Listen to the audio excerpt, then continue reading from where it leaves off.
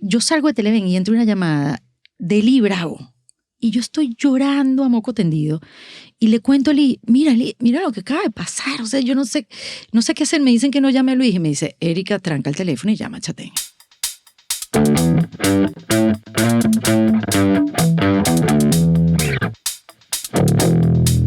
¿Estamos listos? Estamos ready. Yay. Erika de la Vega. Lo logré. Estoy nerviosa de que hayan grabado toda la conversación anterior. Ahora la gente va a estar curiosa. No, bueno, porque estamos hablando cosas personales, pero estoy muy feliz de estar aquí. Estaba un poco ofendida que no me hayas llamado antes. ¿Qué estás hablando? Te vi hace como 4 meses y te dije, mira, voy a sacar un podcast y necesito que estés. Ya no ha salido todavía. Te tenemos en la lista. Me ofendí porque no me lo había dicho antes. Exacto. No, obviamente tú estás en esa primera lista, pero obviamente, Erika, como por Dios. Pero no, qué placer podernos sentarme yo a hablar contigo, o sea, y de tantas cosas, de tantos años atrás y bueno, cosas que compartimos. Demasiado. Y bueno, nada, qué maravilla estar aquí sentada. Y tu contigo. carrera, que te confieso que cuando empecé a organizar la entrevista dije, ok, necesitamos como 5 episodios. O sea, tú has pasado por todo, ¿sabes? Todos los medios de comunicación existentes en el planeta, tú has tenido una experiencia con ellos. ¿Puede ser? Sí, claro que sí. Sí. Pero bueno, nada, bienvenida a Chiste Interno. Muchísimas gracias. Formalmente, aquí estamos con el gran Adrián. Adrián, Buenas, qué chévere verte. El que hace esto posible, el que lo hace bonito y estructurado y funcional. Y esto donde estamos, este bello estudio es Astro Studios, que es el patrocinante oficial de este bello podcast que hace que, repito, todo se vea bello y estructurado. Está increíble. Hay gente que ya me está criticando y que estás repitiendo mucho lo de Astro Studios y que, pana, es el patrocinante, de eso se trata. No, ¿sabes? y lo tienes que repetir porque realmente está súper bien montado. O sea, yo hago podcast y yo, o sea, mataría por tener un lugar así. Bueno, ya saben, Gracias. Astro Sí, Studios, ahí está el blog. Súper bien. Así que bueno, nada, bienvenidos. Aquí estamos. Ya saben que toda la información está en chisteinterno.com. Ahí pueden ver todo lo que estamos inventando y todos los nuevos episodios. Pero hoy vamos a hablar con Erika. Ay. O sí, ¿qué más? Aquí, feliz de tenerte y nada, listo para hacerte preguntas intensas. Esto se va a poner dark pronto. No, vale, mentira. Me encanta. Mi tradición reciente, siempre las cambio, pero mi tradición reciente con este podcast es arrancar por el final. Entonces, te hago esta pregunta para arrancar. ¿Qué depara el 2024 para Erika de la Vega? ¿Qué pregunta? ¿Qué andas tramando? Sí. ¿Qué andas tramando? Bueno, fíjate que yo, esa ha sido una costumbre. Tramar, planear cosas y de repente viene la vida y está planeando otras. Sí. Y para mí el 2023 fue un poco así, entonces... Un poco. Sí, un poco, un poquito muchito. Sí. Y entonces, bueno, sí, tengo muchos planes, tengo muchas cosas en mente, un poco reestructurando, un poco prioridades, qué es lo importante, cuál es el objetivo. Tengo como que todas esas preguntas todavía en mi cabeza, pero bueno, sí, a ver... estoy tramando el podcast, sigue andando, estoy tramando un libro, estoy tramando muchas presentaciones de puras cosas maravillosas. Qué bueno. Que como sabes es una obra que vengo haciendo en 2018, tú has ido, obviamente. La vengo haciendo en Miami, porque eso es una obra que no es mía y es como difícil de explicar. Yo pido los derechos. Nosotros, Michelle Hausman y yo, hicimos ese trabajo de traducirlo al español. Bueno, yo no lo traduje, yo la interpreto. Exacto. Y tenemos los derechos para la ciudad de Miami, ¿no? Y no para todos los Estados Unidos, ni para España, ni para Chile, ni para todos esos países que yo normalmente visito con mi stand-up o con mi conferencia. Por eso es muy difícil de llevarlas a todas partes y estoy aprovechando este espacio para poderlo explicar. Okay. Porque muchos la piden como que vente para acá, vente para allá y me encantaría, pero es que tengo que pedir los derechos y muchas veces los derechos ya están tomados. ¿No? Entonces nos dieron los derechos para Estados Unidos este año y entonces estamos aprovechando para llevarlo a la mayor cantidad de ciudades posibles porque es una obra que es transformadora. Bueno, a mí me cambió, me hizo, o sea, me volteó completa. Y es una obra que depende de donde tú estés emocionalmente, la obra te mueve. Y la obra tiene mucha comedia y mucha improvisación, que era lo que yo le decía a Michelle, como que, ¿por qué tú me vas a poner a hacer esta obra que habla del suicidio y la depresión, que pone a la gente sentimental, si yo toda mi vida lo que he hecho es hacer reír a la gente? Entonces Michelle, bueno, por eso mismo. Claro, es que hay una conexión directa entre la tragedia y la comedia. Totalmente. Eso es el el punto de inspiración para hacer reír. Totalmente. Sí. Es el punto de dolor y después la solución. Y bueno, un poco que te pasen las cosas, masticarlas y después poderte reír de ellas después de haberlas digerido, claro. ¿No? Y tiene mucha improvisación y por eso Michelle me dice, tienes que hacerlo. Yo no puedo hacer esto con un actor o una actriz porque necesito gente que sepa manejar el público. Exacto. Y que sepa, bueno, no sé, mira, hay teatros donde yo lo he hecho o temporadas donde yo lo he hecho donde la gente llega tomando y de repente están muy contentos creyendo que van a ver un stand-up y yo les digo, porque yo salgo del principio de la obra entregándole unos papelitos y yo les digo, bájenle 2 porque este no es el sitio donde se van a reír. Entonces, bueno, hay muchas presentaciones de puras cosas maravillosas alrededor de, bueno, en los Estados Unidos. Y bueno, ¿tú ganas de hacer stand-up otra vez, Waldo? Bueno, perfecto. Este es el podcast donde sí. Te vas a inspirar. Sí. Y ¿tienes algo planeado bueno, ya para hacer stand-up? Quisiera hacer stand-up de la segunda mitad del año adelante. Okay. Voy a ver si logro. ¿Pensando hacer un show o quieres probar material y empezamos a tarimas a ver cómo? Sí, yo vengo de una... yo quiero tener mi cosa preparada. Exacto. Tú la cocinas bien, sí. La metes en el horno, esperas que esté lista y después... Sí, o por lo menos así fue mi experiencia de Tú no sabes quién soy yo. Exacto. Que lo estuve haciendo como 6, 7 años. Que era mi primera, experiencia. Ya yo lo estaba haciendo en tele con Erika Tipo 11, que me imagino que hablaremos de eso, pero hacerlo con la gente, la probé como 2, 3 meses en el Teatro Trail, ¿cómo es que se llamaba? Catarsis. Tengo, la memoria a veces se me va, sí. Y creo que es precisamente consecuencia del 2023, vamos a echar la culpa al aire. 2023. Sí, me requiere mucha energía recordarme cosas, es amazing este proceso. Wow. Entonces, bueno, aquí estoy haciendo el ejercicio, así como que no me recuerdes que yo me voy a acordar, espérate un momento. Y me concentro. Pero bueno, en Catarsis, que fue la sala que George Harris, pues, inauguró y la formó y la construyó, pues ahí yo estuve 3 meses presentándome viernes y sábado, como para agarrar fuerza y confianza. Sabes que a mí me gusta mucho esa sala, ¿sabes? Me encanta esa sala. Porque tiene como, me parece, el tamaño perfecto para el stand-up. Perfecto. No es ni muy pequeño, aunque es pequeño, pero no es ¿sabes? Y tampoco es inmenso, que a veces como que uno se desconecta de la audiencia. Y está arregladita, sí, la pusieron bonita y las sillitas, las mesitas y el servicio está muy chévere. Y tiene algo muy importante, Osvaldo, que trae gente de diferentes nacionalidades. Y eso para mí fue clave. Porque no tiene nada de malo, pero probar material en Miami ante un público venezolano es sencillo, no es fácil, pero no te está dando la verdad. Sí. ¿No? Porque, bueno, los venezolanos te conocen, saben de dónde vienes, las referencias son las mismas.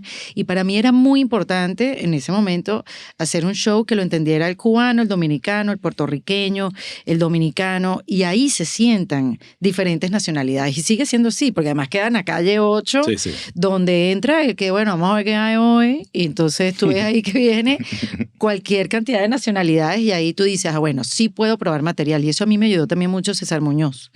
Que no todas las noches significaba, que no se riera un día un chiste no significa que era malo, sino que había que darle más forma y esa sala a mí me sirvió como de entrenamiento y le tengo mucho aprecio y cariño y ojalá que la pueda volver a tener esa oportunidad, no digo 3 meses, pero por lo menos 1 mes de calentamiento y probar algunos chistes ahí. Qué bueno, que ya empezamos bien sabiendo que vas a volver al stand-up porque quisiera, tú sabes que tengo como que tengo la duda si voy a poder terminar de escribir algo.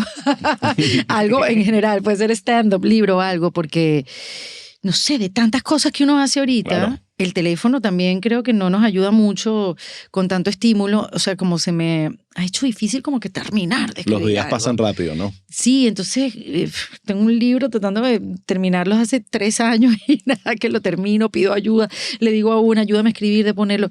Entonces, estos newsletters que yo sé que tú empezaste a hacer, a escribir los newsletters, no sé qué tal el proceso creativo con él, pero yo tengo un amor-odio porque por más que a mí me ayude a plasmar lo que tengo en mi cabeza y lo que me pasa y mis reflexiones y mi introspección y todo lo demás, es cómo son horas. Es mucho trabajo. Horas que me paso enfrente de la computadora, que claro, después sale y digo, ¡ay! Es otra sensación. Y por eso te digo que es un amor-odio. Es como una contracción y después, ¡ay! Una expansión, como que lo logré. Llevo muchos años haciéndolo y eso también me quita, le invierto mucho tiempo. Entonces digo, ay, ojalá yo pueda terminar de escribir el stand-up, que le he pedido ayuda, me he sentado con Nadia María, que Nadia ha sido como que... la queremos aquí, Nadia, está yo también la quiero, yo también la quiero en todas partes.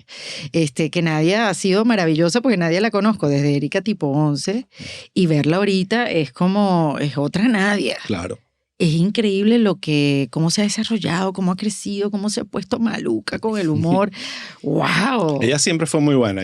Me acuerdo en Caracas de verla haciendo stand-up y tenía un talento que destacaba, sin duda alguna. Claro, que empezó con Improvisto, ¿no? Lo que pasa es que Nadia venía de panelista para ese programa que hacía. Entonces Nadia a veces se quedaba... No, Nadia. Reacciona. Y se quedaba, me imagino, un poco por el estudio, qué sé yo, no sé, la práctica. Sí. Y bueno, ya está, todo es cuestión de práctica y ponerte en el lugar correcto. Y ahorita Nadia es una mostra que la he visto haciendo stand-up en México y orgullosa como una tía y además que no puedo creer, o sea, qué rata se ha puesto Nadia, me encanta. Me encanta. Quiero verla. Está increíble. Mencionaste el libro, ¿de qué trata el libro? Cuenta lo que puedas. Pues. No, sí, un poco de los aprendizajes que he tenido a lo largo de todos estos años en defensa propia. Okay. Que han sido muchos, entonces creo que este libro es como una guía de, bueno, esto fue lo que aprendí, esto fue lo que me dijo echar como un cuento de cómo fue mis ganas de buscar otra cosa, como otra manera de ver las cosas, otra manera de vivir, qué fue lo que me ayudó, cuáles fueron las frases y poner como el kit de emergencia, mira esto y esto y esto. Entonces, bueno, recopilar casi 5 años en defensa propia, porque lo dije hasta el 4º año voy a poder recopilar, porque es demasiada información. Es muchísimo, sí. Entonces, bueno, en eso estoy. Qué bueno, o sea, lo vas a terminar. Todavía quedan 10 meses del año. Sí, yo sí creo. Mira, ok, entonces ya hablamos de 2024, pero vamos a salir de este tema de una vez, el 2023. ¿Cómo te fue? Por Cristo. Ay, Dios mío, mi vida. Mira, empezó con mucha energía, con mucha fuerza, hasta que a finales de marzo me caí esquiando. Yo no sé esquiar. Lo he hecho como 3, 4 veces en mi vida, creo que sé, pero nunca he sabido cómo esquío. O sea, cómo yo estoy logrando esto, no lo sé, pero lo he logrado. Y lo he hecho básicamente por Matías, para que vea que, bueno, sí, para estar en esa onda, me gusta mucho ese ambiente. Pero es un buen plan, todo el ambiente de nieve. Y bien caro que es también. Sí. Solo en ropa y en equipos es como... Y además que uno no se pone cualquier cosita, o sea, vamos a ponerme qué es lo que es. O sea, sí. Vamos a hacerlo bien. Y bueno, y me caí en la última, típico, en el último día, en la última bajada, así como que porque además es un sufrimiento también, porque ya me voy, esta es la última que hago. Y ahí fue que me caí, la caída más tonta, y entonces me rompí el ligamento de la rodilla derecha.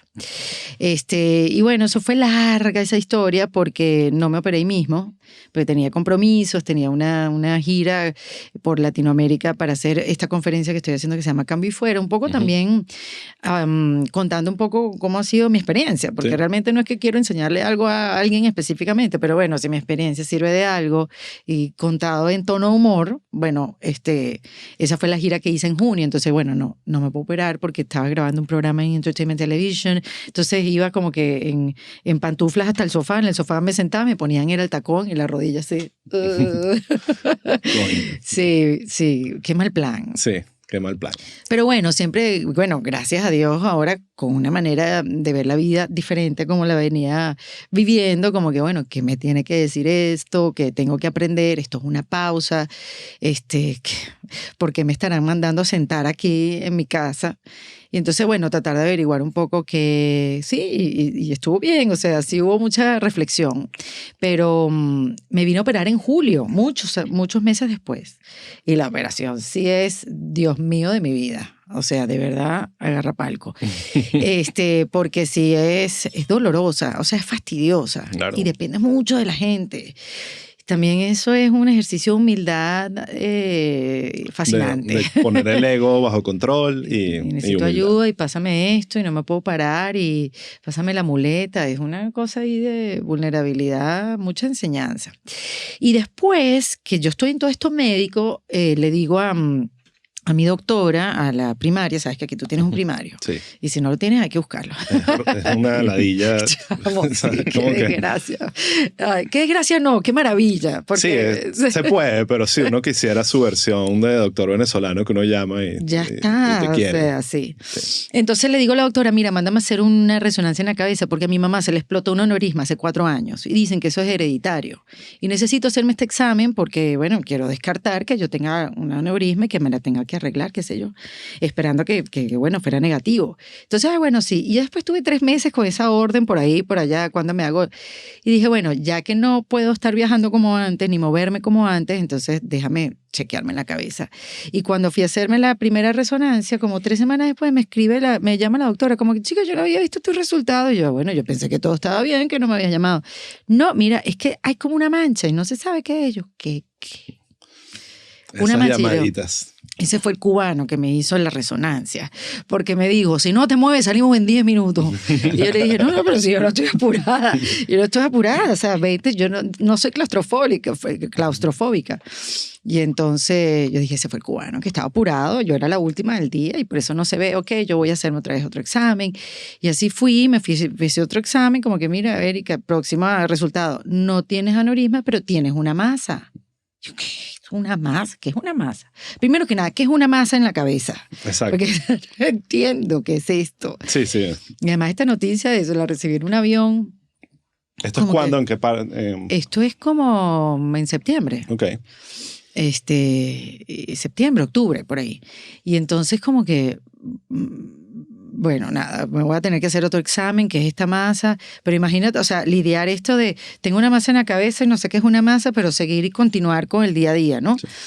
Entonces, bueno, esto es conciencia, vamos a hacernos otro examen. Entonces, entre una cita y la otra, y el otro, y el otro, y el otro, total que tenía un tumor en la cabeza que se llama meningioma. Ok. Y entonces, bueno, rarísimo, porque bueno, esto no está en mi storytelling, perdóname. Sí, y esta no... Yo, en el de nadie, estaba escuchando tu podcast y tú mencionas algo que me parece como relevante para la conversación, que es como... Hay muchos problemas que uno busca, ¿sabes? Como que si uno dice, oye, o sea, el de esquiar, más o menos, bueno, tú decidiste... Exacto, me lo busqué. Tú te lo buscaste, claro, estabas ahí y nada, obviamente no era que estabas buscando joderte la rodilla, pero bueno, estaba en movimiento. Estaba en movimiento y estaba igual, o sea, uno siempre dice, oye, ¿por qué me pasó esto? Sí, yo me lo busqué. Pudo haberlo evitado, pero este tipo de cosas son de la nada. De la nada, esto sí es inevitable, inevitable completamente. Entonces, bueno, como que fui al especialista, el doctor que me operó, que es el doctor Komotar, y bueno, entró y que, bueno, mira, la operación dura 7 horas, te abriremos por aquí, te cortaremos un poco el pelo, que fue de este lado, detrás de la oreja, no hay que afectarte mucho, entonces en 2 semanas está tu vida de nuevo, nosotros entramos, tapamos y tal, no sé qué. Y entonces estaba con una amiga mía y dice, okay, and what are the other options? Dice mi amiga mía, dice, tipo, ninguna, esa es la única opción que tienes, operarte, craniotomía. Y salí timbradísima de ahí, pero muy como que, bueno, ¿cuándo? Bueno, ya, la semana que viene puedes. Y yo, pero ¿qué tan rápido? Wow. Si esto no es emergencia. O sea, era un tumor que no me estaba agarrando ninguna función, porque yo no tenía síntomas. Sí, hasta ahorita te veo perfectamente normal, ¿no? O sea, siento que estás diciendo así, una locura. Exacto, y estaba así. Exacto. Y estaba así como, bueno, yo estaba empujando que el cerebelo son como la coordinación y tal, pero yo no tenía ningún tipo de síntoma. Y entonces, bueno, nada, vamos a hacer esto. Si esto hay que sacarlo como una pepa. Vamos a sacar la pepa. Dale, ¿cuándo? No puedo, yo me tengo que ir a tal. Tenía unas funciones, unas conferencias ya vendidas. Yo, ok, 3 semanas. Y en 3 semanas, bueno, yo le decía a mi doctora, ¿por qué quieren hacer la operación tan rápido si no es urgente? Me dice, mi reina, porque cuando consigues algo en la cabeza hay que sacarlo rápido. ¿Por qué? Porque te vas a volver loca. Y yo, no, chica, yo no me voy a volver loca, pero bueno, lo puedo hacer en diciembre, no me voy a volver loca. Pasaban las horas y los segundos y cuando me acordaba, o sea, yo podía estar aquí hablando contigo y de repente me acordaba y me daba como un mini ataque de pánico que... Claro. Me van a operar la cabeza, me van a abrir la cabeza, la caja fuerte, el sistema operativo. Y se me iba, entonces seguía hablando. Y tú sabes que, claro, toda la gente alrededor... Como yo estaba un poco ahí muy fría con este asunto, muy ejecutiva, la gente alrededor también. Como que, bueno, no, ajá. Y entonces, ¿cuándo es que la cosa? Tal día, tal hora. Entonces, como, todos minimizando todo, cosa que agradezco enormemente porque no necesitaba el pánico de nadie. Claro. De nadie, porque yo no podía ni siquiera yo misma sentir pánico. Porque, bueno, ¿cómo yo iba a traspasar esto? O sea, ¿cómo? Y Matías y mi vida, y si no quedó igual. O sea... Claro. Toda la cabeza se pone, irónicamente la cabeza se pone a pensar y era demasiado. como súper irónico, como que yo toda mi vida he vivido de la cabeza, yo nunca saqué una foto en traje de baño, o sea, yo no es que podía vivir de los abdominales un ratico más, pues, o sea, una foto. Sí. O sea, yo he vivido... es tu instrumento.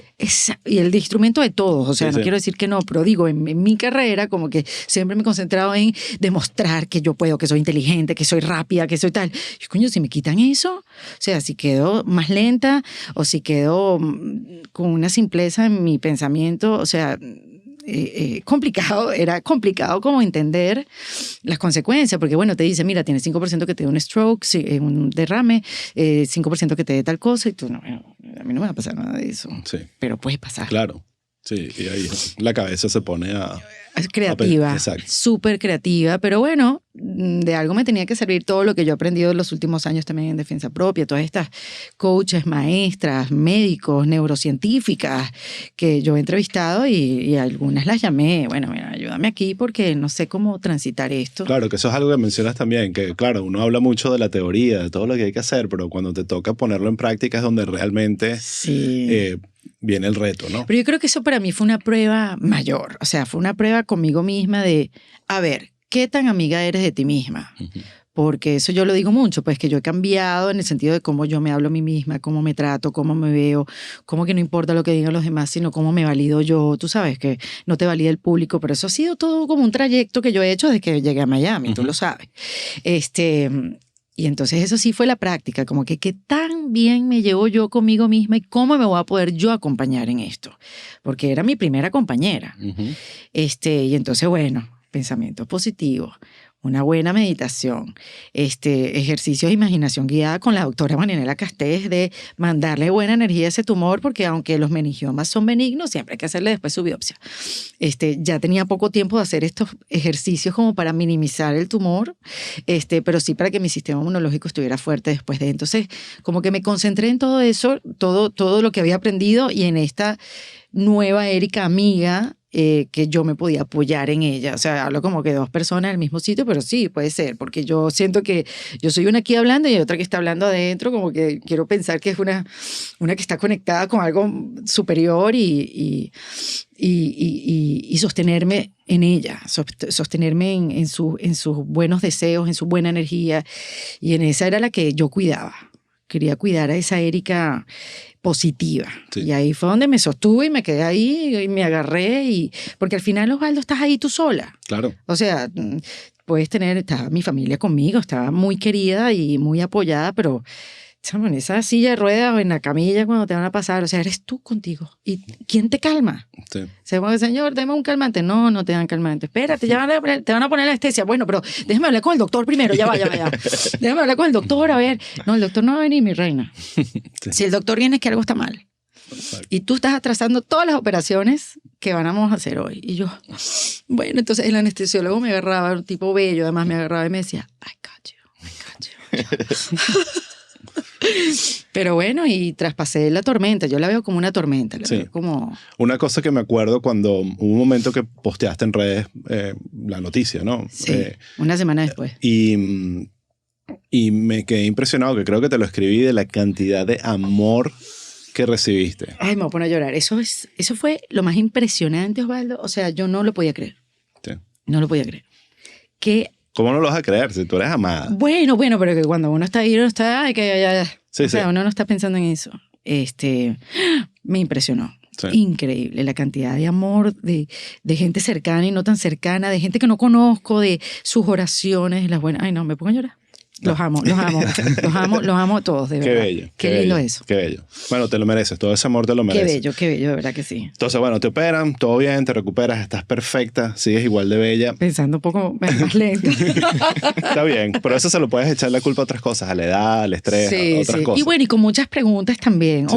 Perdón, muy pocas preguntas, pero quizás no he llegado a la respuesta porque son respuestas un poco... no sé, no he concluido cosas, pero es eso como que, ¿qué es lo importante? ¿Cuál es el objetivo de esta vida loca que llevamos, esta puradera,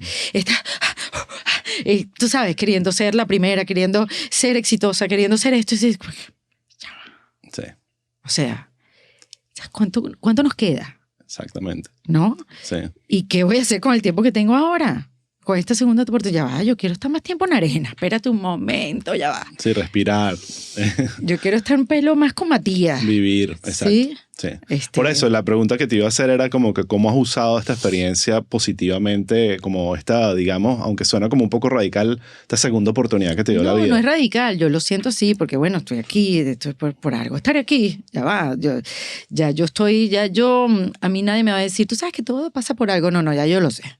Todo pasa por algo, la rodilla pasó por algo. O sea, a mí nadie me puede quitar ese conocimiento, digamos, que no se aprende en ningún lado. No he concluido nada, Ozzy. La verdad que no.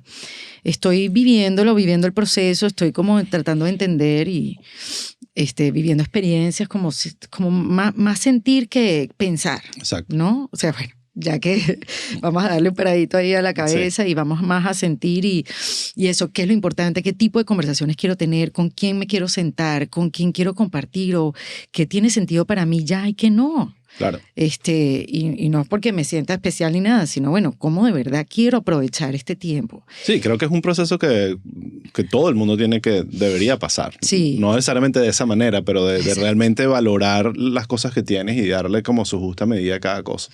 Sí, sí, exacto. Y darle el valor y eso, ¿qué más? ¿Qué más hay? Que yo se lo decía ayer a un amigo, como que no, vale, ya va, tiene que haber algo más, tiene que haber más playa, más agua de coco, tiene que haber más, ¿entiendes? Porque uno se empuja mucho, que yo agradezco que uno tenga eso, como que esa parte de ti que te empuja. Tengo una amiga que me dice, tú a pesar de ti has logrado cosas. Está buenísimo, pero yo lo pensaba al revés. Sí. Yo lo pensaba al revés. Que no he logrado cosas, pero tú sabes, pero que... ¿Qué? Yo tengo aquí como 70... Pero no más por el logro, sino que sí, pero no es por eso, sino que a pesar de mí hay algo que me empuja a hacerlo. Yo siempre he pensado que hay algo que me empuja a hacerlo y algo que es que medio flojo y eso que está ahí no es al revés. Pero bueno, estos son sesiones de coaching que he aprendido esas cosas. Pero tengo una conversación conmigo misma que está súper interesante. Y entonces estos espacios donde yo estoy mucho conmigo hoy en día, como que les estoy sacando mucha punta, ¿no? Más que, porque claro, me operé, entonces quería leer más libros y quería leer más podcasts, quería tener más información, pero de repente como que ya va, ¿qué es lo que quiero realmente? Y es eso, yo estoy ahí conmigo, mucho rato conmigo, no te quiero decir que estoy como mucho tiempo sola, en soledad, porque en verdad estoy teniendo una conversación conmigo misma donde quiero como que ordenar las cosas que realmente tengan sentido para mí. Yo creo, y esto es algo que mi papá me enseñó, me decía que estar solo e incluso a veces aburrirse es lo mejor que puedes hacer para encontrarte a ti mismo, para tener tiempo para pensar, que la soledad a veces puede ser una buena compañera si lo haces como medido, ¿no? Totalmente. No, y otra amiga también me dice que en la calma también pasan cosas. Lo que pasa es que, sí, claro, no estamos acostumbrados a eso. Sí. Tú sabes que hace tanto frío en el estudio que tengo aguada la nariz. Perdón, Adrián, o baja. Ok, seguimos. ¿Todo bien? Ya. Mira, bueno, entonces hablamos de 2024, hablamos de 2023. Sí. Ahora quiero ir para atrás, así lejos. 1999. Ni siquiera. Quiero irme para la Erika niña antes de ser comediante, locutora, y, publicista y todo lo que hiciste después. Me interesa mucho y es una conversación que he tenido con varios invitados por acá de qué estabas consumiendo de contenido de comedia o no en tu adolescencia, ¿sabes? ¿Qué eran las cosas que te gustaban ver? ¿Qué era lo que te conectaba con lo que hiciste después, ¿sabes? Radio, televisión. ¿Tienes alguna? Yo veía mucho Radio Rochela. Okay. Mucho Radio Rochela. Recuerdo que yo tenía amigas que no le dejaban ver Radio Rochela. ¿Tuviste amigos así? No me acuerdo, pero sí me acuerdo que era, incluso en ese momento era cuestionado por algunas cosas y el nivel. Aquí, por aquí estuvo Emilio y hablamos mucho de Radio Rochela, obviamente, y él habla de que cuando entra Laureano hay un cambio hacia mejorar las cosas que de repente no envejecieron tan bien, ¿sabes? De sexismo y ese tipo de cosas. Sí. Y fue fino conversarlo porque él deja claro que fue la influencia de Laureano que hace ¡Qué esto. belleza! Y además tiene todo el sentido. Tiene todo el sentido. Es la realidad y pasa en toda la comedia en general, pasa aquí en Estados Unidos que hay ciertas cosas que nunca van a envejecer bien. Entonces, por ahí salió un artículo de Radio Rochela, de alguien hablando de Radio Rochela que era cringe, que ahorita lo ves y es cringe y es como, bueno, ¿sabes? Pero en su momento y en su contexto era la vaina más increíble del mundo. Deben haber cosas de Ni tan tarde también que deben dar cringe también. Pero eso no le quita el impacto y la influencia y lo que logró. Entonces tú eras, claro, tú eres como un poquito de mi generación que naciste, no existía cable. Bueno, la parabólica tuvo su aparición. Exacto. Y Daisy Fuentes era mi diosa. Tú también eres generación MTV, como yo. Total, o sea, yo quería ser esa mujer sentada en un sofá descalza. Sí. Tú estabas enamorada de Daisy Fuentes y yo también, por razones distintas, pero, exacto. Pero sí, era wow, o sea, yo nunca había visto esa televisión, o sea, ¿cómo a esta niña se le ocurría hacer? Eso se puede hacer. Eso fue lo que a mí también me llamó la atención y toda disruptiva, irreverente, porque bueno, la televisión que veíamos en Venezuela no había nadie así. Y si había alguien así destartalado era Carlos Sicilia, no había ninguna mujer. Además veníamos, bueno, de esta industria de las Misses, del Miss Venezuela, tenías que ser perfecta, estar buena, ser flaca, dientes perfectos, todo. Entonces, claro, como que uno no se veía mucho en televisión hasta que llegaron este tipo de personajes y este tipo de material que me preguntas adolescentes. Yo veía Daisy Fuentes y me acuerdo que era alguien como que yo quiero hacer eso. Qué buena referencia. Sí. Daisy Fuentes sí, eso marcó una época en MTV muy importante. Que después yo, voy a ir un poquito hacia adelante, mi primera experiencia en televisión se llama, quedé en el Club Disney de RCTV. Tenía, no sé, 7 años tenía yo, mentira, era más grande. Y entonces mi primera misión era ir a Orlando, a los parques, y entonces hacer como unos sketches, ¿no? Y me vestían de hawaiana con Tony y Daniel, que eran también los que lo hacían. Y hacíamos como cosas muy naif, pues muy ingenuas, muy Club Disney, muy, o sea, esto lo aprobaba Disney, ¿no? Y yo quería ser Daisy Fuentes. Y yo estaba vestida hawaiana en una canoa en el Floridian Resort. Y decía, ¿qué hago yo aquí? O sea, esto no, o sea, no sabes el sufrimiento. Claro. Pero era como una súper oportunidad. ¿Cómo la iba a dejar? Hasta que, en esa época, que no habían celulares, niñas y niños, yo estaba hablando del teléfono público del hotel. Y entonces era el teléfono público, hablaba, no, es horrible, con un noviecito que yo tenía, no, esto es horrible y tal. Y me pusieron que sí un mostacho y que vamos a la barbería de mí que cortar el mostacho. Qué cosa tan tonta, o sea, ¿cómo yo voy a tener un bigote? O sea, nada tenía sentido. Y no era comedia, humor. Entonces, la productora me escuchó toda la conversación que estaba atrás de mí, también esperando hacer una llamada. Unas productoras de estas RCTV súper wow, de vieja data. Y tranqué y me dijo, mira, Erika, si tú no quieres estar aquí, no nos hagas perder más tiempo, ni más footage que del que ya hemos grabado. Si no quieres estar aquí, yo llamo ya y te rompemos ese contrato y ya está. Con María Eugenia Marrero, la institución de RCTV. ¿Cómo vas a romper el contrato? Sí, vete de una vez. Lo único es que si no te vamos a poder dar más viáticos. Yo tenía como $30. Y yo, bueno, mira, ¿sabes qué? Yo me voy a Miami, que yo tengo familia allá, mi familia cubana, y yo me voy en autobús. Estuve como 9 horas Orlando, Miami. ¿Qué edad tenías? Como 17, 18. Okay. Y bueno, todo era porque esto no era lo que yo quería hacer en televisión. Yo quería ser Daisy Fuentes, no estar en la barbería de Mickey Mouse. Y bueno, y fui a RCTV porque, bueno, se rompió el contrato o no, pero de verdad, o sea, yo quería ser agente libre, pues ya había quedado tan mal con RCTV y fue la oficina de María Eugenia Marrero y me hizo así, me lo rompió así como que ya, tu contrato ya me lo rompió. Después fuimos muy, muy, muy cercanas. Después yo volví a RCTV, un poco más parecida a Daisy Fuentes. Exacto. Pero bueno, sí, eso me marcó tanto que hasta una súper oportunidad de empezar en televisión en el Club Disney, en RCTV, la deseché. ¿Y quién te mete en el mundo de la televisión? ¿Es un tema familiar? ¿Eres tú por tu cuenta tratando de entrarle? Yo por mi cuenta. O sea, tú querías estar en televisión. Yo quería estar en televisión. Fíjate que yo de chiquita ni hablaba ni me reía, porque yo creo que era muy, muy tímida y no sabía cómo lidiar con eso. Pero todas las fotos de mis primeros cumpleaños y tal, yo siempre... Mi mamá pensaba que yo tenía un problema, una cosa y tal, porque no me reía ni con payasos, ni con magia, ni con nada. Y yo creo que eso vino después en retroactivo, ¿no? Tanto, me imagino que no sabía asimilar como yo estaba viendo un poco la vida, qué sé yo. Y después, como en bachillerato, me desperté. Okay. Y entonces como que sí salió esta parte cómica de imitar. Yo imitaba a mucha gente. Y de ese despertar lo activó algo, amigos, un grupo de familiar. Aquí hemos escuchado mucho que sin mis primos. Yo con mis primos estaba y jodía una bola y eso me activó para yo empezar a hacer reír. ¿Tienes como un recuerdo de...? No. ¿O fue simplemente algo que vino adentro y salió y... Yo lo tenía adentro muy, muy escondido. Y yo estudiaba en un colegio mixto. Y no sé, como que me hacían mucho bullying y tal. No me pude desarrollar muy bien hasta 6º grado porque tenía miedo de que se burlaran de mí. Tú sabes, estas ratas así de Sí, de los colegio. niños son los peores. Oh, por Dios, Cristo amado Redentor. Sí. Y en bachillerato me fui a un colegio de mujeres. Okay. Y ahí fue que yo me pude como despegar. Y yo creo que esa libertad fue la que me hizo que floreciera pues todo lo que yo llevaba adentro, sin miedo a que me criticaran, sin miedo a que me bullearan, sino más bien conseguía risas alrededor y conseguía como apoyo de las demás y como que esta gente le da risa y esto. Entonces era como una liberación realmente. Entonces es cómico porque fíjate que ahorita en Defensa Propia, que entrevisto puras mujeres, fue como una liberación también, estas conversaciones que estoy teniendo.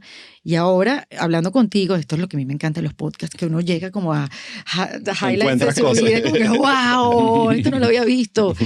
Que con mujeres fue que yo me sentí liberada y apoyada y pudiendo decir y deshacer lo que yo quisiera, ¿no? Y ahí fue que yo lo conseguí. Yo creo que ese quizás fue el cambio. En bachillerato. Siempre me gustaba el arte, sí quería como que actuar, el teatro del colegio, cantar. Estaba en el coro del colegio de este mixto que yo te digo. Tenía como esa el tema sensibilidad. Del entretenimiento. Sí. No sé si venga por mi abuelo, que era músico clarinetista del Tropicana, pero bueno, muy como aislado. Sí. ¿No? O sea, no hay nadie. Yo creo que la familia de mi papá, que son todos cubanos, tú lo sabes, y son muy jodedores. O sea, eso ahí no tienen piedad. Y yo nací un poquito con ese bullying alrededor, no que yo me sintiera atacada, sino que no paran, no paran de meterse uno con el otro y el otro con el otro. Entonces quizás por ahí creo que... Eso te entrena sin duda. El sarcasmo, el defenderse, el querer, sí, el tener como contestar por aquí, cuidado que no te metas conmigo, por aquí no vengas. Creo que eso afinó mi ojo y mi oído. Bueno. Entonces, estás en bachillerato, ya no sabía este cuento de Disney, entonces ya tú estabas ahí como tratando de entrar en el mundo, pero estudias publicidad, ¿no? Esa es como que tu decisión, ¿eso es lo que te imaginabas que querías hacer o fue más como... hago esto mientras me descubro? Yo quería estudiar comunicación social. Okay. Porque bueno, si yo quería ser... No, yo no quería ser periodista. Yo sí quería estar en televisión, pero no sabía cómo. O sea, yo no tenía dónde agarrarme como porque yo quiero hacer la carrera de ella. Porque no tenía nada más la de Daisy. Buena referencia. Exacto.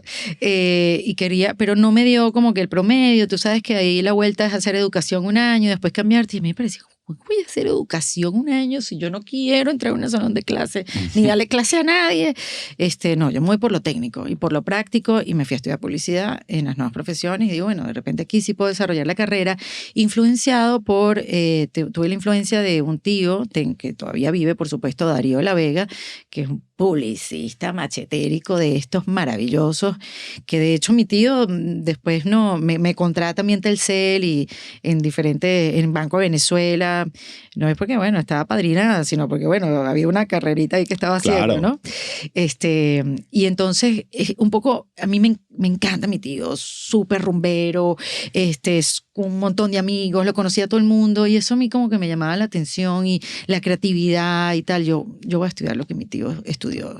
Sabes que ahí tenemos una similitud. Yo en mi época universitaria, mi deseo era ser creativo publicitario. No era comedia, no era televisión.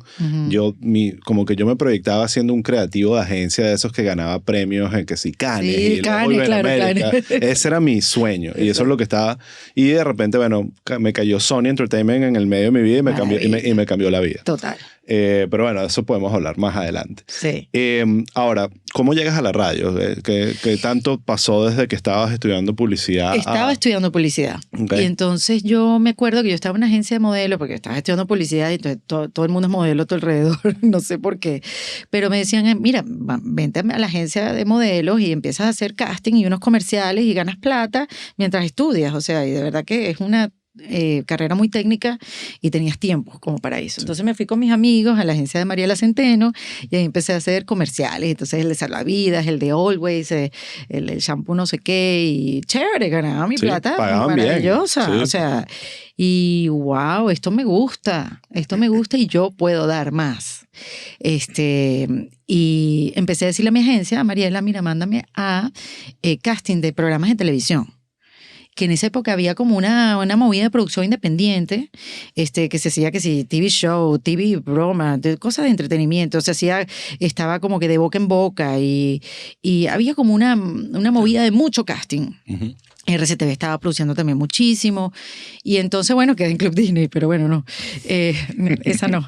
Esa no cuenta. Y después quedé en un... a mí me entrevistan porque hacía comerciales de televisión, me entrevista un programa en Hot 94 a la medianoche que se llamaba El Bar de Moe. Yo no sé si tú te acuerdas. No me acuerdo. Yo ni me acuerdo de los nombres de los locutores, pero era un par de locos de esos programas de vigilante y me llamaron para entrevistar a una modelito. Y yo, modelito, porque además que yo tampoco tenía muchas facciones de modelito. Yo hacía los comerciales de helado. Exacto. Y entonces, wow, entré a esa cabina como voy aquí. Como wow. Hablé, me escuché la voz y yo digo, no. Yo tengo que estar en radio. Esto es lo mío, por aquí es. O sea, fue esta invitación a Hot 94 que te dio como, me gusta mi voz. Bueno, yo en esa época también tocaba guitarra. Yo tocaba guitarra desde que tenía 15 años, entonces cantaba también y tenía una voz. Y entonces, donde yo me paraba a cantar con los amigos de mi papá se me decía, tú deberías ser locutora. Siempre yo escucho eso toda mi vida. Tú deberías ser locutora. Locutora, yo de repente puedo ser locutora. Claro, te lo empiezas a creer. Sí, es una cosa que vas escuchando y de repente dices, bueno, sí, ¿y por qué no? Viene este examen de la central, que es el último que van a hacer para que la gente se haga locutora o no, y yo digo, yo voy a hacer ese examen. No sé por qué, pero yo la voy a hacer. Y me metí en un curso de locución. El clásico de la central, el que todo... No, en esa época no había... Okay. Este era el último examen para después hacerlo curso en la central. Okay. Entonces agarré cualquier curso por ahí, me empecé a averiguar y tal, conseguí uno. Y tenía un profesor, Mingo Blanco, periodista, que ya, bueno, no está en cámaras. Bueno, Chávez nos llevó. Sí. No sabe qué estás hablando. Exacto. Y Mingo, que era mi profesor, tipazo, yo le digo que yo quiero hacer radio. Y Mingo me llevó a Radio Capital para que yo practicara. Entonces, me grabara y escuchara mi voz. Y quien me grababa era Lirio Alcalá, Lirio Díaz Alcalá. Okay. Un locutor también de requete vieja data y era el que me pone a grabar en cinta mi voz y yo decir noticias de Gloria Estefan. Me acuerdo de una de Gloria Estefan. Y ahí empecé yo a escucharme mi voz y decía, esto suena súper mal, o sea, no tengo nada de swing. Entonces como que todo empezó como a moverse hacia allá. Hice el curso de locución, presenté el examen, lo pasé, me hice locutora sin tener ningún futuro y tal. Los amigos de Bar de Moe me recibían en el estudio las veces que yo quisiera. Entonces era una Caracas distinta, pues yo me iba a las 12 de la noche al estudio de Matecoco, ahí en la Castellana, y yo fui 1000 veces, nada más para escucharlo, y de repente salía al aire y tal, pero era una gente chévere, pues, claro. Y me dieron ese espacio, ¿no? No tenía nada fijo, pero los quería ver. Entonces todo se dio, y un día me llama mi tía Elena y me dice, están haciendo un casting 92.9. están pidiendo una foto, una tal, porque se va la del programa de la mañana. Ah, no, te voy a contar una anécdota chéverísima. Yo quedo para hacer un comercial de salvavidas Cherry, ¿no? Y yo tenía que verme como una niñita de 16 años, pero ya tenía 20. Pero bueno, como si ella lo directó y como ya había hecho tantos comerciales, sí, Erika, sí, claro que sí, perfecta, la gente se comió el cuento que tú de 16, perfecto. Entonces era como en los exteriores, en Parque Central, que es esa caminaría bella que está ahí. Y entonces llovió un día, llovió otro, y llovió otro. Fueron como 4 días esperando que un día hiciera sol. Pero en ese camino yo escuchaba el Manicomio en el 89X. Okay. Y me acuerdo que en una de esas que llovió, ir al motorhome hablando con vestuario y con la gente y tal, y dice, ¿tú no escuchas El Monstruo de la Mañana? Yo, ¿qué? ¿Qué es eso? Un programa de radio que es buenísimo, con Luis Chatén y Ana María Simón le decían en esa época. Yo no tengo ni idea, yo nunca he escuchado eso, yo escucho El Manicomio. No, vale, es comiquísimo, porque entonces Ana María tiene una voz como sexy, entonces cuando llaman los niñitos ella dice, hola, ¿cómo estás? Y yo, ¿qué? No puede ser, ¿eh? En serio. Entonces al día siguiente, que nos toca otra vez el llamado, pongo 92.9 y escucho El Monstruo de la Mañana. Por primera vez. Por primera vez. Digo, ¿qué loquera es esta? Sí. ¡Qué chévere! Yo escuchaba El Manicomio, pero bueno, ellos eran ya grandes también, o sea, no, era una loquera también de programa, pero esto era algo completamente diferente. Sí, la gente, sobre todo nuevas generaciones, no entienden porque no lo vivieron lo impactante que fue El Monstruo de la Mañana para increíble. Mi generación. Era algo realmente revolucionario. Bueno, y 92, porque era la música que a tu mamá no le gusta y tenía sus eslogans. Rocadencia, yo amaba Rocadencia. Sí, exacto, era como que había un poco de la eso. Gente bella que preguntaban, el saludo era, ¿qué cosas horribles pasaron hoy? Exacto. Una cosa bella, sí, una cosa bella, que yo amaba ese programa. Demasiado. Y entro con Enrique Enríquez y Tomás Asterios y bueno, y me falta el otro nombre, ¿cómo se llamaba el otro? Bueno, ahorita me acuerdo. Y Mariela, por supuesto. Entonces, mi tía me llama, después que esto pasa y yo consigo El Monstruo de la Mañana y lo empiezo a escuchar, mi tía me dice, están buscando una locutora en 92.9 porque se va la de la mañana. Y yo, se va Ana María Simón. ¡Wow! ¿Qué tal? Y tal. Y a todas estas tú no tenías idea de quién era Ana María Simón. Ni Chatén. O sea, Exacto. Ni idea quién es esta gente. Entonces yo voy a 92 y entonces el casting era, deja una foto y llena una planilla. Yo, coño, si es radio, ¿para qué piden una foto? O sea, esas contradicciones rarísimas. Esas tradiciones absurdas. Entonces, claro, dejé una foto de modelito de tu book y tal. Y entonces me llamaron para hacer una prueba. Y en esa época era novia de Carlos Baute. Okay. Y ellos lo sabían, no sé por qué. Y entonces toda mi prueba con Chatén y Quique y todos los que en ese momento hacían El Monstruo de la Mañana era echándole tierra a Baute para ver si yo me atrevía a hablar mal de Baute, que por supuesto me atreví. Claro. Y lo hice. Pero estaban como probando a ver, ¿no? O me querían picar, lo que sea. Total que no quedé. No quedé entre la primera y la segunda. En ese momento quedó Anabel Bloom. Y Anabel hizo como 6 meses El Monstruo de la Mañana. Se empatan Chatén y Anabel. Duraron varios años y tal. Y yo me aparté de eso. Y en el interín quedo en un show que se llama TV Show. Un programa de producción independiente producido por Miguel Ferrando, un argentino, viste, que vos me tenés que pagar por la oportunidad que yo te estoy dando a vos. O sea, así de peluda era la cosa. Pero dije que sí. Y bueno, el programa salía en el Canal 8 y yo tenía que entrevistar a artistas. Y entonces él agarraba una habitación en el Hilton y llamaba a todos los artistas. Entonces era uno tras otro. Pero yo, Osvaldo, no sabía ni hablar. O sea, yo preguntarle cosas a Mari Carmen Regueiro, Flavio Caballero, agarrar a Soda Stereo abajo en el ascensor del Hilton, pregunta a Cheo Feliciano. O sea, a José Feliciano, porque le dije Cheo y son 2 cosas distintas. No tenía ni idea. Y entonces habían periodistas contratados para que desarrollaran las preguntas y yo se las hiciera. Uh-huh. Pero no sé yo por qué quedé en ese programa. Yo la verdad no. Pero bueno, tenía esa madera y preguntaba y no era Daisy Fuentes, era más Viviana Gibelli, era más las cómplices. Exacto, más formal. Porque esa era la referencia que nosotros teníamos. Claro. Y bueno, en ese interín hice ese programa. Anabel decide irse al Monstruo de la Mañana para irse a Televen y me llaman porque yo había quedado de segunda opción. Chatén quería volverme a escuchar. Y ya yo había terminado de hacer TV Show porque, bueno, era muy difícil trabajar con Miguel. Muy buena la oportunidad y tal, pero no, ya estaba. Yo prefiero ser libre y tal. Y dije, bueno, me voy para la radio, hacer este programa de 6 a 10, lo haré por un mes porque yo no me voy a estar parando todos los días a las 5 de la mañana. Y duré 3 años y medio. Wow. No, llegué a la radio. Primero, dos cosas que quiero decir. La primera, cualquiera que cree que no, que uno cae parado, o sea, cayó este proyecto y caíste parado ahí y de repente lo que acabas de contar explica que estuviste buscándolo. O sea, no necesariamente entendiendo que eso era lo que iba a pasar, pero definitivamente estabas trabajando y fajada por lograr tener una oportunidad como esa. Yo iba a la radio, fuera como fuera. Me acuerdo que Eli Bravo también, cuando yo quedé en este show de TV Show, me consiguieron una entrevista con Eli Bravo y yo temblaba, porque cualquier cosa era lo que yo escuchaba, no El Monstruo de la Mañana. Claro. Yo escuchaba a Eli. Que también fue otro programa. Que en esa época tu papá escuchaba Full Chola y tú peleabas para que pusieran cualquier cosa. Exacto. Y eso nos pasábamos mi papá y yo, ¿no? Sí. Por eso es que yo no había escuchado El Monstruo de la Mañana. Y Eli me entrevista y yo así alucinando como, ¿cómo sabes cuándo dejar de hablar antes de que comience a sonar la música? O sea, ese tipo de preguntas. Y bueno, es como por oído, pues, porque la máquina a veces te dice, pero hay alguna cuenta que no te dice y tal, y yo, esto es lo que yo quiero hacer, esto es lo que yo quiero hacer. Lo de la televisión era secundario.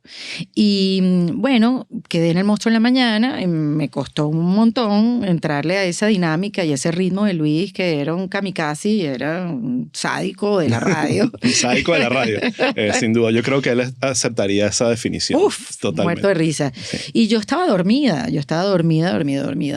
Y 3 meses antes, como una semana antes de que me votara Chatén, que ya esta niña ya no da más. Como que me desperté, eché 3 chistes, Luis se rió y me dejó. Me dejó chance, como que bueno, vamos a darle una semana más. La comedia te salvó. Y yo pude romper la timidez. Porque yo era muy tímida y no me sentía cómoda, o sea, me daba pena hablar, o sea, no sabía si Luis le iba a gustar o no, encima Luis, esa tensión, entonces nada, al final pude romper esa timidez, eso que me mantenía ahí como rígida y como que me solté, y ahí fue que empezamos Luis y yo a construir esa tercera personalidad relación, sí. que heredamos a lo largo del tiempo. Sí, que bueno, que a la cual también muchos tenemos que agradecerle porque la disfrutamos muchísimo y bueno, salieron muchas cosas finas. Ahora, mi recuerdo es del Monstruo de la Mañana, salta directamente a ti y a Luis. O sea, con todo el respeto a Ana María y a Anabel, no recuerdo esa etapa. Pero ¿cómo recuerdas tú cuando entras al Monstruo de la Mañana? ¿Ya era así de famoso o esa explosión vino después? No, venía caminando. O sea, el Monstruo de la Mañana era como que la joya de 92.9 y era creación de Luis y muy apoyado también por Guillermo Zambrano, que también yo creo que Guillermo hay que darle crédito y yo trato de nombrarlo siempre porque fue el gerente general que dio vida a todas estas voces nuevas, pues, y nos empujó a ser más irreverentes todavía y nos empujó de verdad hasta acercarnos bastante al abismo. Y creo que eso también fue parte de la magia 92.9. Yo me imagino que, acuérdate que 92 se escuchaba nada más en Caracas, y yo me imagino que fue creciendo. La gente amaba a Ana María y a Luis antes y con este cuento del salvavidas del comercial, ya los amaban.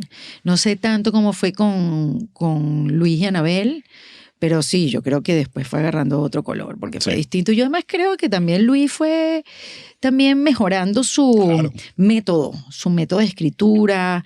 Cada vez se tardaba menos, no 8 horas para escribir unos sketches como que de 12 hojas cada bloque musical, y bueno, venía yo y leía mal y echaba a perder el sketch, o sea, ¿qué te puedo decir? Pero creo que sí, que fue mejorando y yo creo que empezamos a jugar. Sí. Yo creo que Luis me invitó a jugar y yo me puse a jugar con él porque yo no podía creer que yo tenía ese trabajo. Sí. Despertarme a las 5 de la mañana, que bueno, la despertada sí era macabra, una chama de 21 años que quería rumbear y tenía un novio y tenía y que ya yo me había graduado, una tontería. Dije, yo llegué al sitio indicado. Es aquí donde yo tenía que llegar. Finalmente me siento comprendida, escuchada, la gente se ríe, mi punto de vista les da risa, wow, finalmente, o sea, yo puedo ser finalmente yo. Sí. Yo, de aquí nadie me saca. Así fue como lo dije y nadie me sacó durante 20 años. Y tú ves a ese programa, al Monstruo de la Mañana, como ese detonante que cambió tu vida. Totalmente. Okay. Totalmente. ¿Y qué tan rápido se sintió eso? ¿Sabes? Porque al principio es casi imperceptible. Imperceptible por muchos años. Sí. Por muchos años. De hecho, yo ahí duré 3 años y medio. Ya Chatén y yo hacíamos Ni tan tarde. Y me ofrecen ir a la tarde con Enrique Lazo. Y no, ni lo pensé. Claro. Dije que sí, porque estaba reventada de sueño. O sea, el tema era el horario. El horario era de 6 a 10 y después Luis y yo nos teníamos que ir a grabar Ni tan tarde. Pasábamos el día juntos, o sea, ya llegaba un momento que no teníamos nada que hablar o utilizamos demasiado nuestra imaginación, porque además de eso, hacíamos el programa de radio. Después nos íbamos a Ni tan tarde a grabar 2 shows y después en la noche grabamos un comercial de Samsung, que cerraban weekends, entonces ahí, o sea, era demasiado tiempo juntos y el que me ofrecieran el último round fue como un, sí, y no tenerme que despertar a las 5 de la mañana me iba a ayudar. Y también yo me nutrí mucho de Enrique Lazo, también. Sí. Él me dio mucho. Una energía diferente, una joda distinta, mucho intelecto también, porque recuerdo que Enrique es un profesor. Sí. Entonces, ¿en qué estás fallando tú, mi negra? Yo, mira, en arte yo sí estoy ahí, no sé ni lo que estoy hablando. Traía libros, mira, este es Renoir, esto es impresionismo, este es Matisse, este Picasso, que es hijo de Matisse. O sea, todo eso a mí me lo enseñó Enrique Lazo. Lo que pasa es que, claro, nadie sabe. Pero esto era lo que pasaba como que entre canción y canción.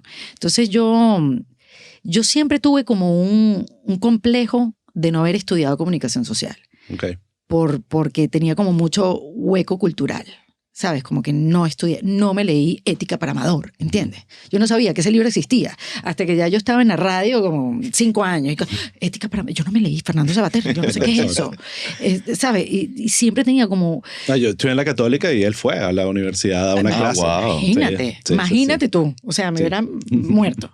Pero esa lectura, esa literatura, esa cultura que me hacía falta, Enrique, mira, léete esto aquí, léete esto allá, y me fui como moldeando porque sí, mucho humor con Chatén y hacíamos cosas maravillosas, pero yo sentía que me faltaba todavía como conocimiento, cultura me faltaba. Y a mí, mi profesor fue Enrique Lazo. Qué bueno saber eso. Sí. Ahora, te quiero hacer una pregunta, porque yo creo que tu receta secreta o tu truco fue manejar bien la comedia, ¿no? Porque tú mencionas a Daisy Fuentes, pero ella no hacía comedia. No.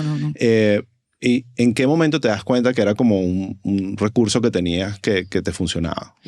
Porque no es normal tampoco en locutores de radio, obviamente en un programa como El Monstruo de la Mañana, pero ese era el rol de Chatén. Pero yo no me imagino, por ejemplo, a Anabel Bloom siendo la persona que le iba a competir en comedia a Chatén. Y ahí creo que estaba tu secreto, que en verdad tenías un sentido del humor que generaba mucho conexión. Pero fue intuitivo, Osvaldo, no es algo así como que, por aquí me puedo meter con Luis o jugar con él por acá. Yo creo que fue una cosa que se fue dando solo. Yo sí sabía que tenía algo, porque yo hacía reír mucho a mi abuela, pero mucho. Y bueno, me ponía a monear y a eso. Otra vez, para mí, la imitación de personajes era como mi fuerte antes de entrar a la radio. Imitaba a mucha gente y así yo sabía que la gente se reía y que era cómico, pero no que yo podía hacer una carrera de eso. Imagínate entrar a la radio y que me pagaban por que se rieran de las cosas que yo... O sea, esto es de locos, esto no, nadie me dijo que esto se podía hacer. Entonces era para mí como un sueño, o sea, un sueño. Y trabajaba para que esto durara lo más que pudiera. Entonces, lo que Luis decía, como que vamos a transmitir durante 24 horas, no dormimos, vámonos a la fiesta de Halloween de no sé qué y nos venimos directo a la radio, vámonos a ver eso. Lo que Luis dijera, o sea, yo de aquí no me voy porque este es el lugar donde, y sí, daba risa, pero no decía, soy un taco en la comedia. Claro. O sea, no, o sea, esto nos acompañamos él y yo muy bien y además estaban muy marcados nuestros como personajes. Yo estaba muy clara que yo no podía hacer lo que Luis hacía. Claro, totalmente. Jamás, pero yo sí podía jugar con él. Y íbamos un poquito más allá y más allá. Entonces Luis también me enseñó. Luis me dijo, mira, ve Private Parts de Howard Stern y mírate esta película. Me he recomendado aquí varias veces. Bueno. Esta película y también me cambió total. Y ahí vi como también la dinámica. Entonces Luis era el grande, el que se metía en problemas, el que regañaban. Y yo era la que lo acompañaba en sus travesuras, ¿no? Pero no sabía que estaba haciendo comedia comedia específicamente. Sí, Luis escribía unos sketches donde habían voces y cosas que decir, entonces hacíamos voces y cosas, y Luis nos daba permiso de hacer todo eso, y Luis quería que todos los que trabajamos en El Monstruo, Vanessa Archila, se me olvidó, Luis Rodríguez, Quique, Benito, que era nuestro operador también, todos tenían como una figura, porque de eso se encargó Luis, que cada quien tuviera su nombre y su personaje. Sí, eso es muy, él no lo hizo por eso, pero es muy Howard Stern también. Claro. Howard Stern le dio micrófono a todo el mundo en la cabina de radio. Sí, y a mí me permitieron también ahí ser maluca, y me aplaudían eso, o sea, irreverente, como que, ¿de qué vamos a hablar hoy? O sea, poder decir realmente cómo me sentía, como que a ti de verdad esto te parece interesante. Y eso daba risa. Claro. Eso le parecía chévere a la gente, porque realmente éramos él y yo tenía la licencia, la patente de corso para realmente decir lo que yo pensaba. Uh-huh. Y eso fue, y bueno, a él le gustaba también, como que, qué atrevida, o sea, te vas a poner así, yo me pongo más, y yo me pongo más, y yo me pongo más, hasta que a Luis yo sabía que, y yo le tenía full paciencia, yo con Luis fluía, o sea, yo no como que voy a planificar de ser así de esta manera, sino que simplemente era así y punto. Es que desde mi perspectiva, y viéndolo ahorita a distancia, ¿no? Pero yo sentía que parte del talento que tenías era que tú, al aire al menos, ¿no? Que sabías manejar a Luis, que había como una dinámica donde como más o menos dijiste, que había un tercer personaje que era la relación que tenían ustedes dos. Uh-huh. Y yo creo que eso, la gente conectaba con eso también. Y no era solo con lo ocurrente que era Luis y la máquina de chistes que hacía, sino como tú reaccionabas a eso y lo manejabas, y a veces usabas el sarcasmo para bajarle dos. Eso era muy, no sé, creo que la gente conectaba mucho con eso. Y salió solo, Osvaldo. Sí, o sea, sí, no fue un laboratorio y que este soy yo, este eres tú. Eso. Exacto, eso fue saliendo y se fue formando y fue agarrando cada vez más fuerza y llegamos a Ni tan tarde. Hablemos de Ni tan tarde. Sí.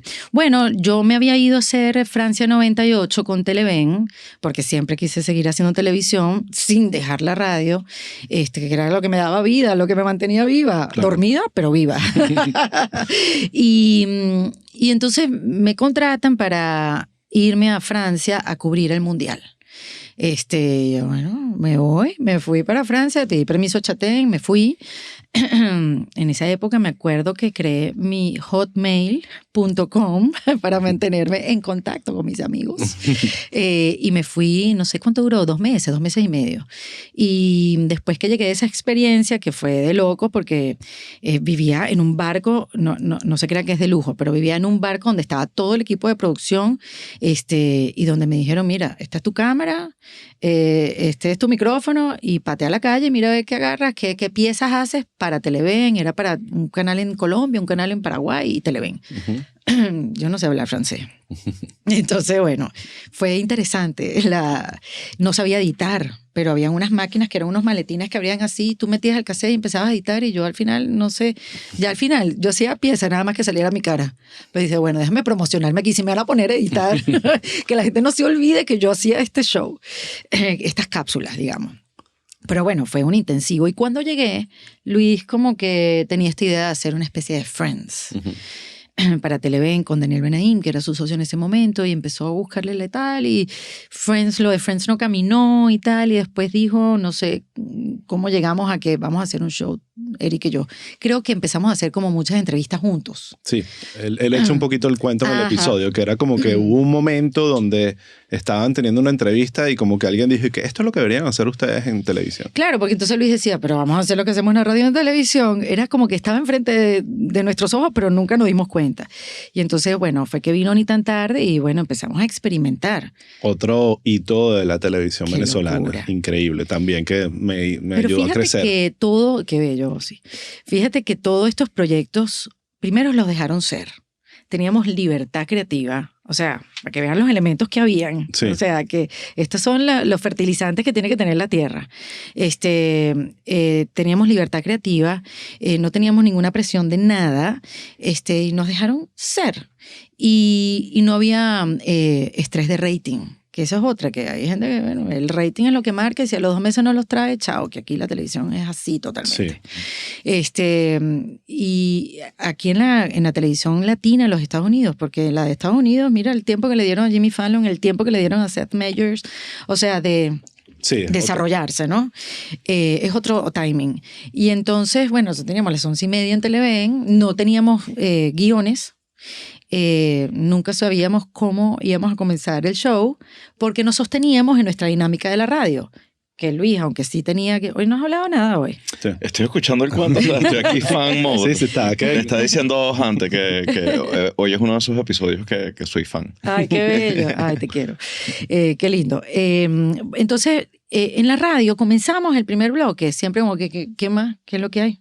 O sea, que mira, me pasó esto. Tú sabes que venía yo manejando, sabes que hoy me vine en bicicleta. ¿Qué? ¿Tú estás loca? ¿Dónde vives tú? O sea, como que era un poco la conversación de la mañana, por más que nos terminamos de ver a las 10:30 de la noche. O sea, como un poco, era un poco esa conversación. Y Chatén, como queríamos hacer lo mismo, así era el primer bloque de Ni Tan Tarde. Y siempre era, ¿de qué vamos a hablar? Sígueme. Y así era. Y así era. Porque Luis era, claro, el que proponía. Y yo me montaba en el autobús con él. Yo no es que, mira, vamos a hablar de esto hoy. No, el Luis era el que tenía ya la cosa clara y sígueme. O de repente no me gustaba lo que hablaba y yo después lo cambiaba. Pero era sígueme. Ok. Y tú ves los primeros bloques de Ni Tan Tarde que eran nada. Era realmente nada. No decíamos nada absolutamente. Después que la cosa se fue sofisticando y ya después teníamos guionistas, teníamos los cue cards y sí se escribían bien los chistes y Luis los compartía muy amablemente porque además en esa época yo hacía radio en la tarde. Siempre me quedé en ese horario de la tarde. Entonces yo salía de las grabaciones Ni Tan Tarde pepitada desde Boleíta hasta Las Mercedes a 92.9, pues yo sí seguía en 92.9 en el último round y tenía que cumplir con el horario. Entonces todavía en esa época había como competencias de canales y medios y tal, ¿no? Yo quería hacer todo. Claro. Y entonces después que yo me iba, venía la reunión creativa que yo no participaba. A mí me echaba el cuento Luis, o me echaba el cuento el productor, Marcel Raskin, Juan Antonio Díaz, que fueron los productores que finalmente se quedaron, porque Ni Tan Tarde los productores no le aguantaban un mes. Sí. Ahí se iban, pero así, ya sea por la exigencia de Luis o porque no entendían el humor o eran, no sé, eran más operativos que el productor de Ni Tan Tarde tenía que ser un personaje muy específico. Y la televisión abierta probablemente estaba acostumbrada a otras cosas que no necesariamente Ni Tan Tarde representaba. Totalmente. Sí. Entonces, Daniel Benaín tuvo esta idea maravillosa de traerse unos chamines que les había dado clases en la Católica y que habían trabajado en 3.5 y que eran productores de comerciales, que eran Marcel Raskin y Juan Antonio Díaz, y que eran unos niños de pecho. Y ellos asumieron el reto y ellos también, debo decir, que hicieron Ni Tan Tarde lo que se convirtió en Ni Tan Tarde. Totalmente. Porque estaban locos de bola también. Sí. Marcel de patina. Y con ganas de inventar. Exacto. Entonces cada quien formó como su equipo, su unidad. Marcel tenía su unidad, Juan Antonio otra. Entonces Marcel se encargaba de los programas de lunes y miércoles y Juan Antonio de martes y jueves.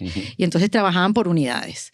Después de esa reunión creativa que había, como que se iban a desarrollar y las ideas eran de llevarse el sofá de Ni Tan Tarde hasta Mérida y montarlo en el teleférico. Es que es muy late show, esas vainas que no tienen el más mínimo sentido. Qué vaina tan loca. Hicimos cosas muy, muy locas. Yo me recuerdo un episodio legendario que fue ustedes viendo el Miss Venezuela. Eso fue un episodio que marcó... O sea, yo terminé así, bueno, esto dura demasiado. Luis, ¿hasta qué hora vamos a hacer esto? O sea, yo estaba, o sea, ya al final era como, ¿qué hacemos aquí? ¿Tú te acuerdas cuando Luis me mandó a apagar la luz y prenderla en el Eurobuilding? No me acuerdo de eso. En ese programa de Miss Venezuela, sabes que era el Sambil y se veía el Eurobuilding y tal. Y entonces, Luis, como que alguien escribió, no sé si un mensaje de texto, no sé si en esa época había mensaje de texto, como que estaban llamando o habían llamadas y era alguien que está llamando al Eurobuilding, algo así. No te creo. Prende y apaga la luz de tu habitación. Y alguien prendía y apagaba la luz de la habitación y se veía desde el Sambil hasta el Eurobuilding. Qué genial. Chamo, qué belleza. Hacíamos cosas. Eso es muy late show, esas vainas que pasan que... Sí, hacíamos cosas loquísimas y todo el mundo se prestaba. Pero todo el mundo se prestaba desde Freddy Bernal hasta... Otra época. Sí, otra época. Hasta Ciero. Y hacíamos las descargas Belmont. Entonces ahí grabábamos material con toda esta gente.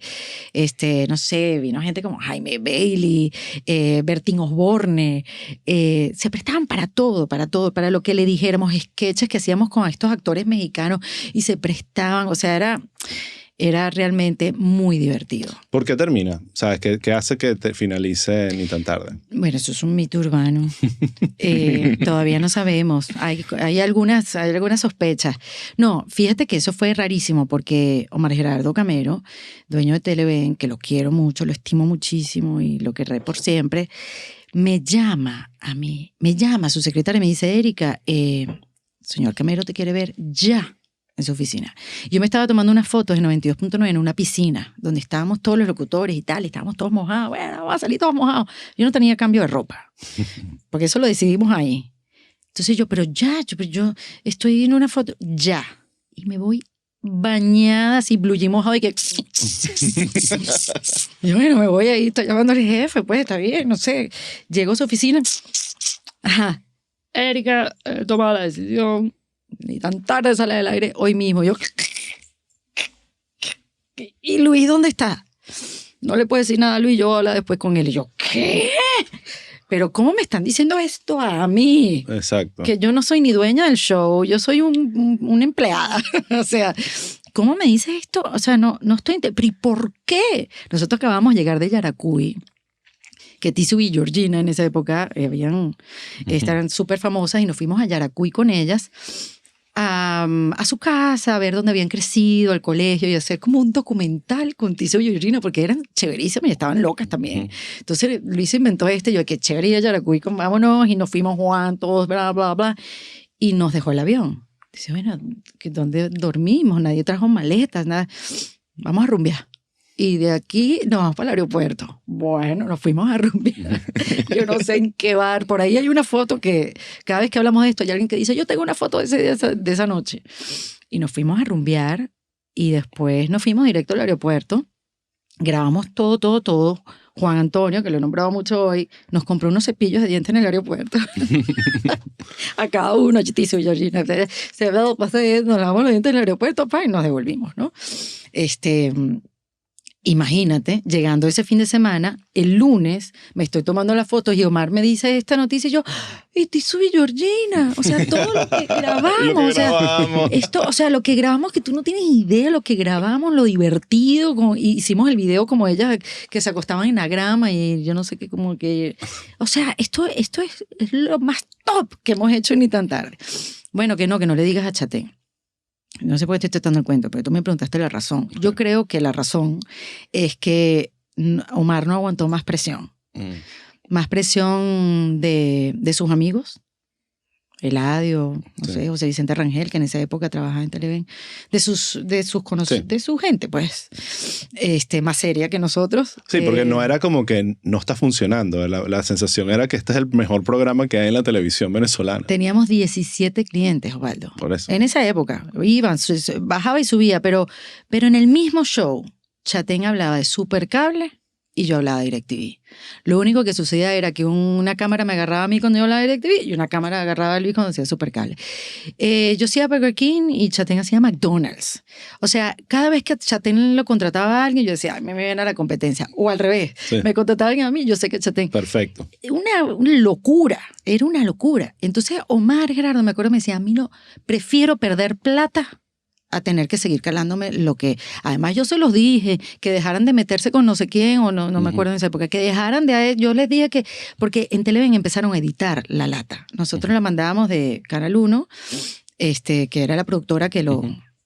Y empezaron a editar algunos chistes, algunas cosas. Y empezamos así, digo, coño, ¿por qué no salió tal cosa? Y porque entonces ya ahí sí se veía que algo pasaba. Y yo creo que fue mucha presión eso, o sea, como que dile a estos niños que no se metan más con esto, que no se metan más con el gobierno, o que no se metan más con el ADIO, no sé a ciencia cierta cuál fue la razón. Lo cierto es que yo la pasé muy mal porque me dan la noticia a mí y a Chatén no, y me dicen que no llame a Chatén.